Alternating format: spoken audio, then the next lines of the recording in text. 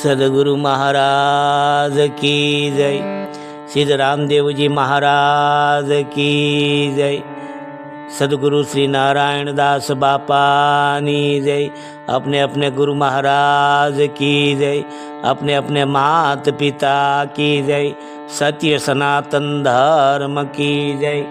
ओम नमः पार्वती पते हर हर महादेव महादेव।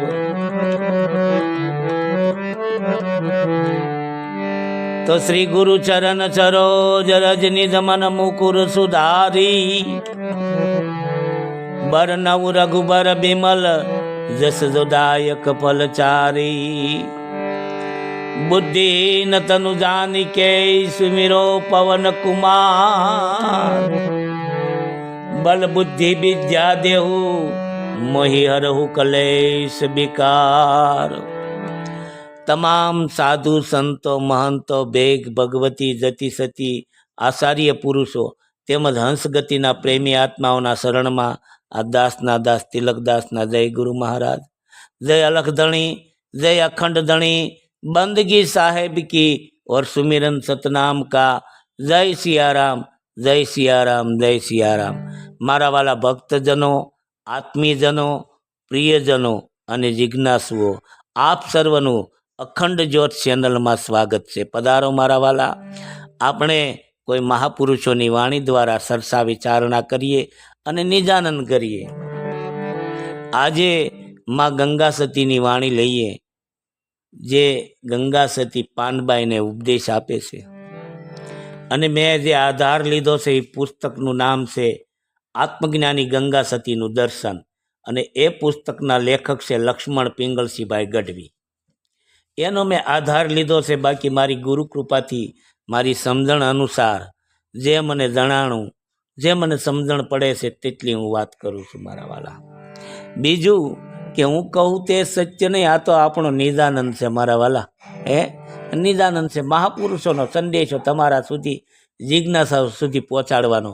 મારે કોઈને તમને ઉપદેશ દેવો છે એવો કોઈ ભાવાર્થ નથી, કારણ કે ઉપદેશ દઈ શકું એવી મારી સ્થિતિ નથી, એટલી મારી ભૂમિકા પણ નથી।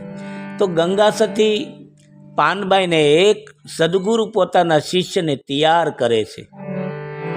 એટલે ગંગા સતી પાનબાઈને પોતાના ઉપદેશ તરીકે જે શબ્દો આપે છે, જે શિખામણ આપે છે, જે વાણી દ્વારા, એનું આપણે વર્ણન કરીએ। આ મેરુ રે ડગે જેના મનડા ડગે નહીં પાનબાઈ। એ ભાંગી રે પડે એ બ્રહ્માંડ। વિપત પડે પણ એ વણશે નહીં। વિપત પડે પણ વણશે નહીં। એ સોઈ મારા હરિજનના એ પ્રમાણ। આ મેરુ રે ડગે જેના મનડા ડગે નહીં પાનબાઈ। એ ભાંગી રે પડે એ બ્રહ્માંડ। ગંગા સતી પાનબાઈને કહે છે કે મેરુ પર્વત જે ઊંચા ઊંચો છે, કેવો ઊંચો છે ને, કે એ અચળ છે, વિશાળ છે, સ્થિર છે, અડગ છે, નિશ્ચળ છે અને એને સ્થિત પગ્ન મનાય છે। તે જંબુદ્વીપનો વચ્ચોવચ્ચ આવેલો છે। તેની ઊંચાઈ 84,000 યોજન છે। તેની નીચેની તરફ 16,000 યોજન પૃથ્વીની અંદર છે। તેની ઉપરી ભાગમાં તેનો વિસ્તાર 32,000 યોજન છે। આ પ્રકારે નીચે તળેટીમાં તેનો વિસ્તાર 16 યોજન છે। આવો મેરુ પર્વત કદાચ ડગી જાય પણ છતાં જેનું મન ન ડગે, જેને ભાંગી ભલે ને ભાંગી પડે બ્રહ્માંડ। વિપત પડે પણ વણશે નહીં આ હરિજનના પ્રમાણ। કોનું મન ન ડગે? કે જેણે તન મન ધન સદગુરુને સમર્પિત કરી દીધું છે, જેણે પોતાના નિજ સ્વરૂપના દર્શન કર્યા છે, જેણે પોતાને પામી ગયો છે, જેણે પોતામાં સમાઈ ગયો છે, એની વાત કરે છે કે મેરુ પર્વત ડગે છતાં એનું મન ન ડગે. જેણે સદગુરુને તન મન ધન સમર્પિત કરી દીધા છે, જેણે સદગુરુને સેવા છે, એવા સવારામ બાપા એક વાણીમાં કહે છે ને, એ જેને સેવા સા એ સંત રે, એ જેને મળ્યા હરિ ગુરુ, એ સંત રે એ અડગ મન કોઈથી એ ડગે નહીં. આવું સવારામ બાપા એક વાણીમાં કહે છે કે જેણે સદગુરુને સેવા હોય, જેણે સંતને સેવા હોય, એનું મન કોઈ દિવસ ડગે નહીં, ગમે એવા પ્રલોભનોમાં ન આવે.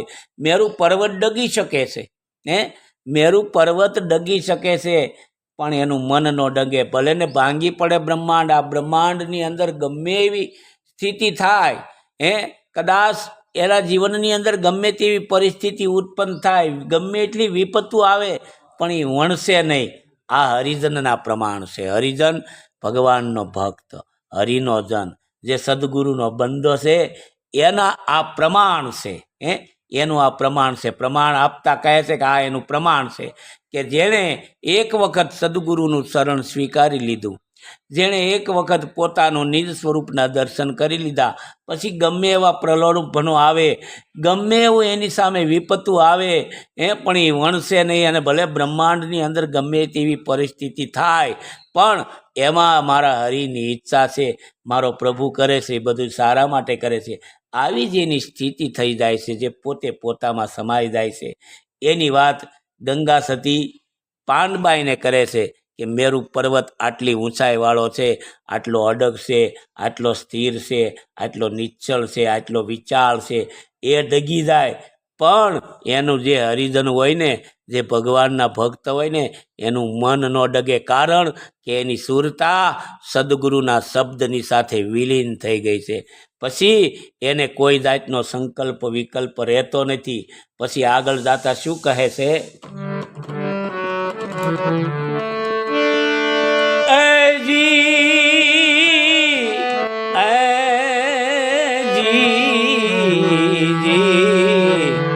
આરખ ને શોકની જેને આવે નહીં હેડકીને, એ જેને શીશ તો કર્યા એ કુરબાનો,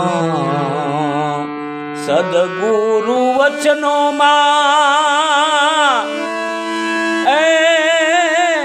સુરા થઈને ચાલે ને, સદગુરુ વચનોમાં સુરા થઈને ચાલે ને, જેણે મેલ્યા અંતરના હે માનો, આવા મેરુ રે ડગે જેના મનડા ડગે નહીં. પાનબાઈ એ ભાંગી રે પડે એ બ્રહ્માંડ. અરખને શોકની જેને આવે નહીં હેડકી, કદાચ એના જીવનની અંદર સુખ કે દુઃખ ગમે તે આવે, પણ એની સ્થિતિ કોઈ દિવસ વિચલિત ન બને. એની સ્થિતિ, કારણ કે એને પરમાત્માની જે આ લીલા છે એને સમજાઈ ગઈ છે. જે કરતા હરતા જે છે એ ઈશ્વર છે મારા વાલા. જે ઈશ્વર જે કરે છે એ બધું સારા માટે જ કરે છે. આવું જ એને સમજાઈ ગયું છે. એને હરખ ને શોકની હેડકીનો આવે. એણે શીશ કર્યા કુરબાન, કારણ કે આ મસ્તક છે ને એની અંદર બધું ભરેલું હોય છે. એને જેણે સદગુરુને સમર્પિત કરી દીધું હોય, કુરબાન કરી દીધું હોય છે, શીશ ઉતારી નાખ્યું હોય છે અમર શરી લઈને. સવારામ બાપા કહે છે ને, અમર શરી લઈ શીશ ઉતાર્યા કાલિંગાને મારી. આ કાલિંગાને મારી નાખ્યો હોય છે, અમર શરીરથી શીશ ઉતાર્યા હોય છે. એટલે એને શીશ કુરબાન કર્યા હોય છે. અને સદગુરુ વચનમાં સોરા થઈને ચાલે.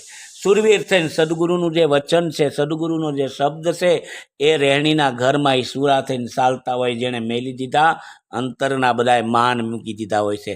બાહિરિક માન તો મૂકી જ દીધા હોય છે, પણ અંતરમાં એવો એને કોટો ન હોય કે હું કાંઈક સૌ મારા વાલા.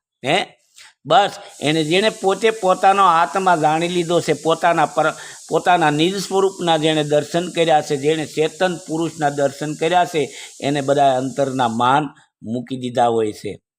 અને ગંગા સતી પાનબાઈને આવું સમજાવે છે. એટલે પછી આગળ જતા શું કહે છે? ગંગા સતી પાનબાઈને એક સદગુરુ પોતાના શિષ્યને ઉપદેશ આપે છે. કેવી વાત કરે છે પછી?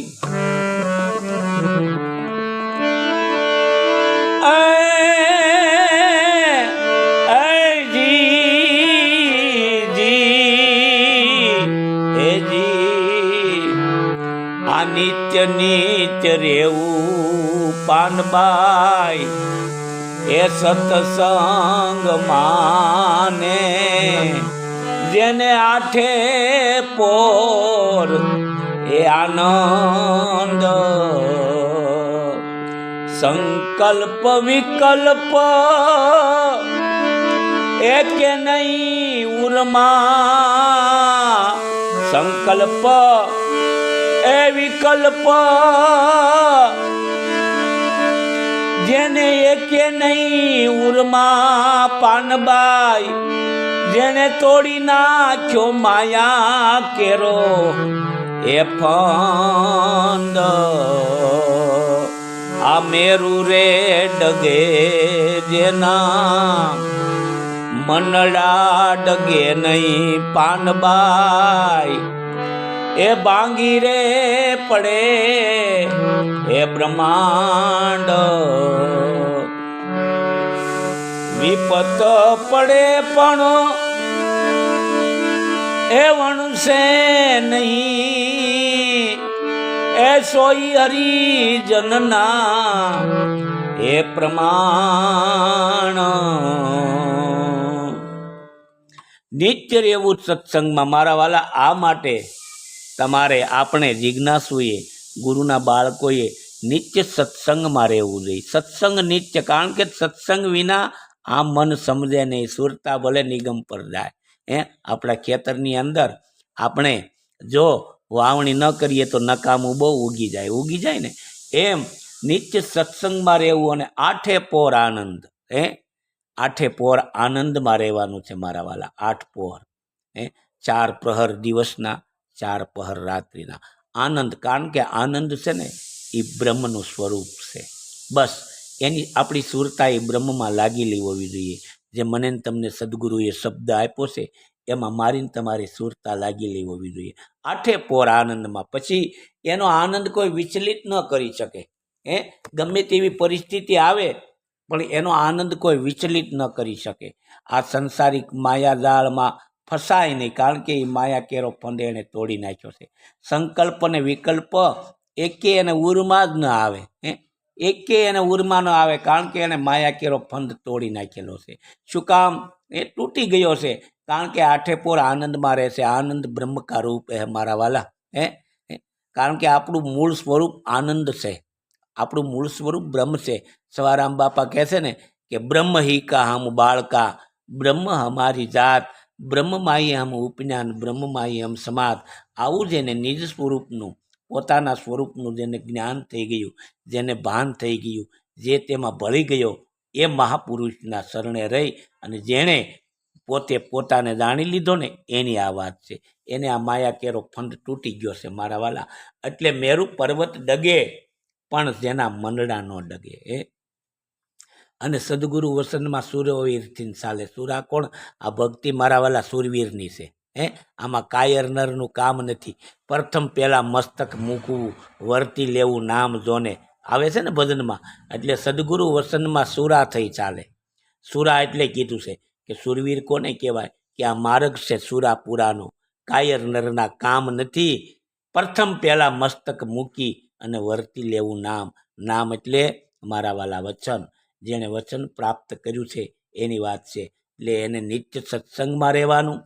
આઠે પોરી આનંદમાં હોય છે, બ્રહ્મની સાથે જ હોય છે, બ્રહ્મમાં જ એની સુરતા લાગેલી હોય છે, અને સંકલ્પ વિકલ્પ એકે એને ઉરમાં આવતા નથી, જેણે તોડી નાખ્યો છે માયા કેરો ફંદ.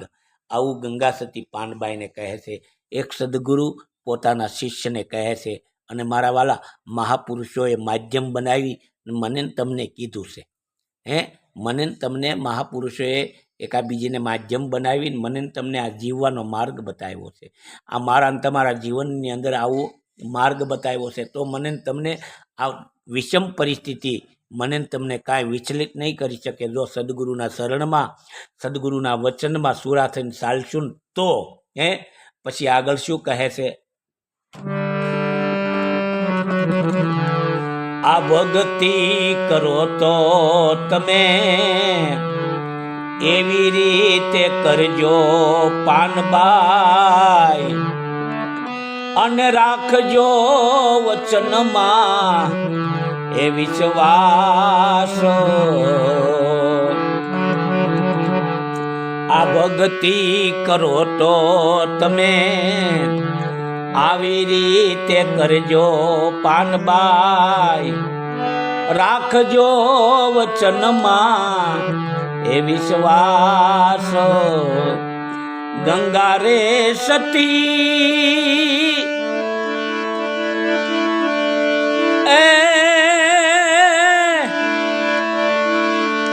એમ કરીને બોલ્યા. ગંગા રે સતી એમ કરીને બોલ્યા, એ તમે થાજો સદગુરુના એ દાસ. આ મેરુ રે ડગે જેના મનડા ડગે નહીં પાનબાઈ, ભલે ને ભાંગી પડે એ બ્રહ્માંડ, વિપત પડે પણ એ વણશે નહીં.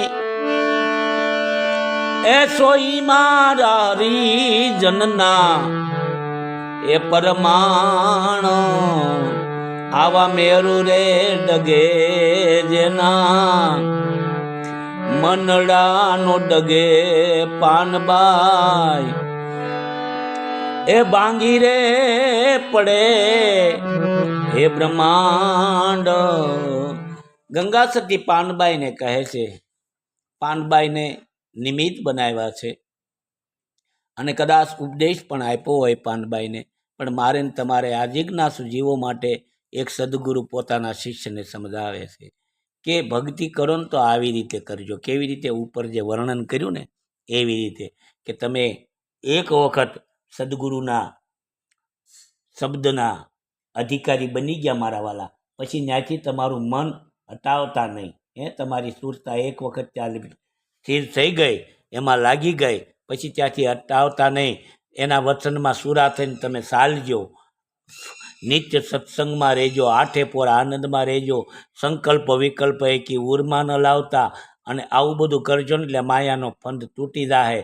પછી તમને કોઈ પણ મેરુ જેવો પર્વત ડગી જાય પણ તમારું મન ન ડગે, અને ભલે ભાંગી પડે બ્રહ્માંડ, ગમે એટલી વિપત આવે પણ વણસતા નહીં. આવી રીતે ભક્તિ કરજો. અને રાખજો વચનમાં વિશ્વાસ. મારા વાલા, સદગુરુના વચનમાં વિશ્વાસ રાખવાનો છે. મેન કામ આ છે, મેન પોઈન્ટ આ છે કે જેણે જેણે આ જગતની અંદર કાંઈ પણ કમાણી કરી છે, કાંઈ પણ ફળ પ્રાપ્ત કર્યું છે, જેના નેજા ફરકી રહ્યા છે, એણે પોતાના સદગુરુના શરણ થકી જ પ્રાપ્ત કર્યું છે. તો આમાં લખ્યું છે કે ભક્તિ કરો તો પાનબાઈ આવી રીતે કરજો, રાખજો વચનમાં વિશ્વાસ. તમને જે સદગુરુ મહારાજે જે રહેણીનું ઘર બતાવ્યું છે, જે તમને સદગુરુ મહારાજે જે તમને શબ્દ દીધો છે, જે વચન આપ્યું છે મારા વાલા, એ વચનમાં પૂરો વિશ્વાસ રાખજો. ગંગા સતી એમ કરીને બોલ્યા છે. વાતુનો વિષય નથી મારા વાલા. ગંગા સતી એમ કરીને બોલ્યા. તમે થાજો સદગુરુના દાસ. તમે સદગુરુના શરણના દાસ થાજો મારા વાલા. કેવી વાત કરે છે કે તમે કોઈ સદગુરુના દાસ બની જાયજો.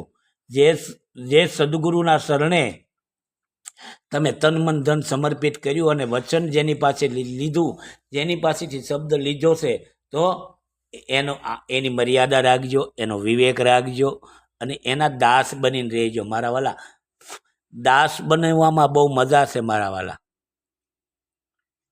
દાસ પદ છે ને એ ઊંચામાં ઊંચું છે, પણ આ તો અત્યારે બધા ગુરુપદ સ્વીકારે છે.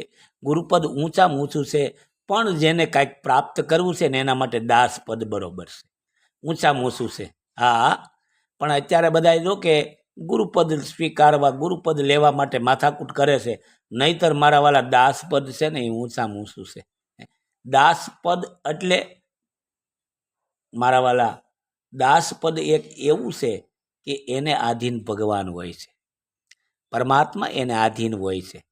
એટલે એ પ્રેમ પદ છે મારા વાલા, એ સમર્પણનું પદ છે, એટલે એ સમર્પિતનું પદ છે. એટલે મારા વાલા, દાસ થઈને રહેવામાં જે મજા છે, આપણે દાસના દાસ થઈને રહીએ, આ તો શાંતિ પમાડે એને સંત કહીએ. નરસિંહ મહેતા કહે છે ને, દાસના દાસ રે થવામાં મજા છે. એટલે ગંગા સતીએ પાનબાઈને આવું સમજાવ્યું છે અને એને માધ્યમ બનાવ્યું છે. તો એક સદગુરુ પોતાના શિષ્યને આવું સમજાવે છે. તો મારી મતિ અનુસાર, મારી સદગુરુની કૃપા અનુસાર મારા વાલા, આ એક ભજનનું મેં ચર્ચા વિચારણા કરી છે. મારો નિજાનંદ છે મારા વાલા, આ મારો નિજાનંદ છે અને આપ સમક્ષ રજૂ કરું છું. છતાં આમાં કાંઈ ક્ષતિ રહી જાય તો મારા વાલા ક્ષમા કરજો અને કમેન્ટ દ્વારા અથવા મને ફોન દ્વારા જણાવજો. મારી ભૂલ હશે, મારી ભૂલ હોય તો હું સ્વીકારું છું ને મારા વાલા. સ્વીકારે એને સાધુ કહેવાય. સાધુનું બાળક છું, હું સ્વીકારી લઈશ મારા વાલા. આ તો નિજાનંદ કરું છું. કોઈને પ્રભાવ પાડી કે કોઈને હું મોટી ફોજ બનાવી એવો મારો કોઈ ઉદ્દેશ નથી. આ તો સદગુરુના શરણમાં બેઠો બેઠો મજા કરીએ છીએ, આનંદ કરીએ છીએ. મારો નિજાનંદ છે બસ મારા વાલા. તો આપ સર્વ મહાપુરુષના શરણમાં દંડવત સાથે આજનો આ ચર્ચા ગંગા સતી અને પાનબાઈને જે સમજાવે છે, એક સદગુરુ પોતાના શિષ્યને સમજાવે છે, તે આજનો વિષય, આજની ચર્ચા વિચારણાએ વિરામ આપીએ છીએ. તો આપ સર્વ મહાપુરુષોના શરણમાં દંડવત પ્રણામ સાથે બોલ સદગુરુ મહારાજ કી જય.